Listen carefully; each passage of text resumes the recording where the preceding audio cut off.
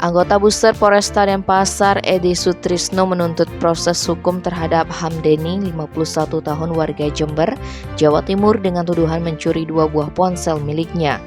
Kasus ini pun akhirnya berlanjut sampai turunnya putusan Majelis Hakim Pengadilan Negeri Denpasar.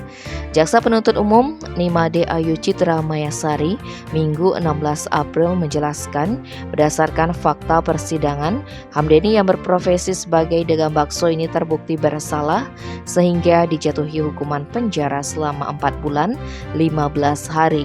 Lebih ringan dari tuntutan jaksa yakni 6 bulan penjara.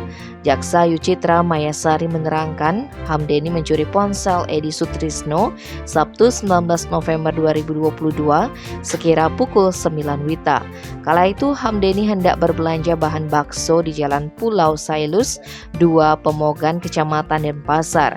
Saat melintas di jalan tersebut, Hamdeni yang hanya sekolah sampai kelas 2 SD ini melihat satu buah handphone merek iPhone 6s warna gold dengan casing warna hitam dan satu buah handphone merek Samsung Galaxy A53 5G warna hitam dengan casing warna hitam bergambar burung hantu tergeletak di jalan.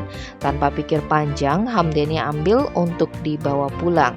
Edi Sutrisno yang merasa kehilangan HP lantas melaporkan kejadian itu ke Polresta Denpasar. Hasil penyelidikan diketahui ponselnya dicuri oleh Hamdeni yang ia ketahui masih tetangganya sendiri di Pemogan. Edi Sutrisno kemudian melanjutkan proses hukum lantaran merasa dirugikan secara material sebesar 8 juta rupiah. Tim Bali Express melaporkan.